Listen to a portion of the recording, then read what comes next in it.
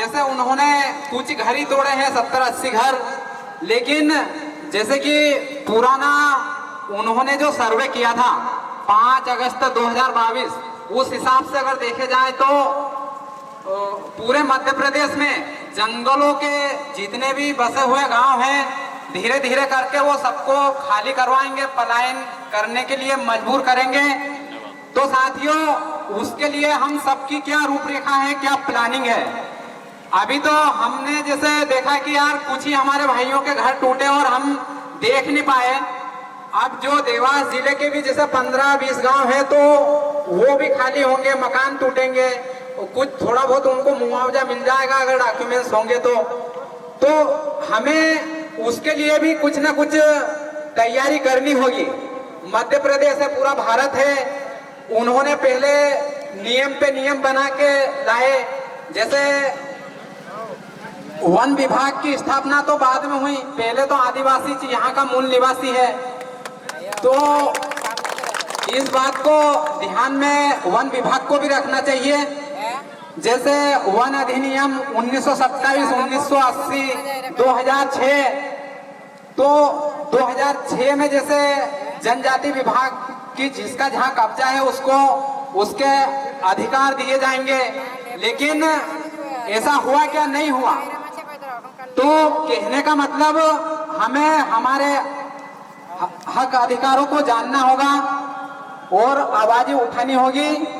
आवाज उठाने के लिए हमें पढ़ना होगा, लिखना होगा, कलम की ताकत बतानी होगी। हमारे बड़े बुजुर्ग पहले कहा करते थे कि 100 बकिया 1 लिखिया, तो हमें लिख के काम करना है। क्या लड़ाई हमें लड़नी है तो कागज की लड़ाई लड़के लड़नी होगी। यह आंदोलन जैसे 27 को हुआ था वो भी सफल हुआ और आज का आंदोलन भी सफल हुआ। तो मतलब इसमें हम सबका सहयोग है, सपोर्ट है, लेकिन हमें आर पार की लड़ाई विधानसभा भोपाल में लड़नी होगी, क्योंकि वहीं से पूरे नियम कायदे बनते हैं। हम आते हैं और अधिकारी कुछ भी बोल के चल जाते हैं, तो उनकी ही नाक में दम कर दो ना वहां जाके। और जब तक धरना दो, जब तक कि हमारे वो पट्टे नहीं बना के देते हैं, और जब तक नए मतलब उन्होंने जो नए संशोधन पे संशोधन करते गए तो वो हमारी ग्राम सभा को भी नहीं मानते। पहले तो क्या था कि हमारी ग्राम सभा के आदेश से बोल देते थे सरपंच सचिव की हाँ भैया यहाँ कब्जा कर ले और पट्टे अट्टे जो भी मिलना है मिल जाते थे, लेकिन आजकल तो उनने उस नियम को भी बदल दिया, ग्राम सभा को भी नहीं मानते। तो साथियों, हम सबको आवाज उठानी है। और जो देवास जिले के 15 गांव हैं, उस गांव से कितने लोग आए? क्या अभी भी सोए हुए हैं? वो ये रास्ता देख रहे हैं कि बारी हमारी आएगी जब भी आंदोलन का हिस्सा बनेंगे या आवाज उठाएंगे। तो कहीं ना कहीं उन साथियों को भी आना चाहिए। अभी जैसे कुपगांव हमारा खाली होने वाला है, तो वहाँ भी सरकारी जमीन भी है, निजी जमीन भी है, डीएम के नाम पे, वन विभाग के नाम पे, सीमेंट फैक्ट्री के नाम पे, ना जाने उद्योग के नाम पे, किस किस के नाम पे, जहाँ देखो वहाँ आदिवासियों के घर ही क्यों तोड़े जा रहे हैं, इनकी जमीन ही क्यों छीनी जा रही है। तो हमें सोचना होगा, विचारना होगा और हक अधिकारियों की लड़ाई हमें कलम से लड़नी होगी। और अगली बार अगर ऐसा कुछ होता है तो हमें विधानसभा तक आवाज उठानी होगी, चाहे दिल्ली में आवाज क्यों नहीं उठानी पड़े। तो साथियों, ऐसे बहुत सारे अन्याय, अत्याचार हैं, घटनाएं हैं जिन पे हमें लिखना है, बोलना है, समझना है। और मध्य प्रदेश में जैसे खंडवा में भी आंदोलन हो रहे हैं, सीहोर में आंदोलन हो रहे हैं, तो जहां देखो वहां हमारे आदिवासी भाई क्यों परेशान हो रहे हैं। तो ये समझने का विषय है। और साथियों, यह मानवता की लड़ाई थी, ये कोई राजनीतिक लड़ाई नहीं है। हमारे लोगों पे अन्याय हुआ, अत्याचार हुआ खिवनी में, तो सब लोगों ने वो वीडियो देखा, सबकी आत्मा दुखी फटी, तो वो आए।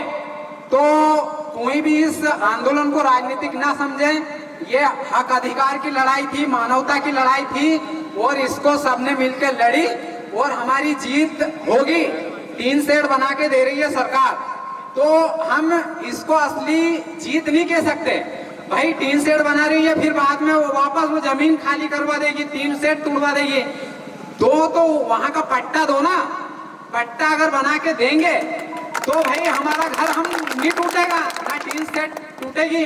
और जैसे अभी 27 के आंदोलन में हमने देखा 20-20 हजार रुपए दे रहे थे, वो क्या होता है 20 हजार रुपए में?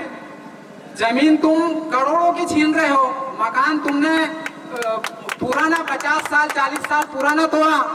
तो साथियों हमें समझना होगा, कोई भी मकान अगर टूटता है, घर टूटता है या गांव पलायन होता है, तो वो गांव ही पलायन नहीं होता, उसके साथ साथ वहां का जो रीति रिवाज, बोली भाषा, भाईचारा सब मतलब धीरे धीरे टूट जाता है, विलुप्त हो जाता है।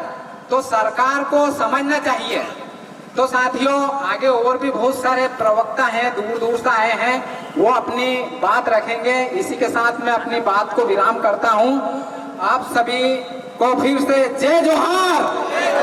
लड़ेंगे लड़ेंगे, अभी तो ये अंगड़ाई है,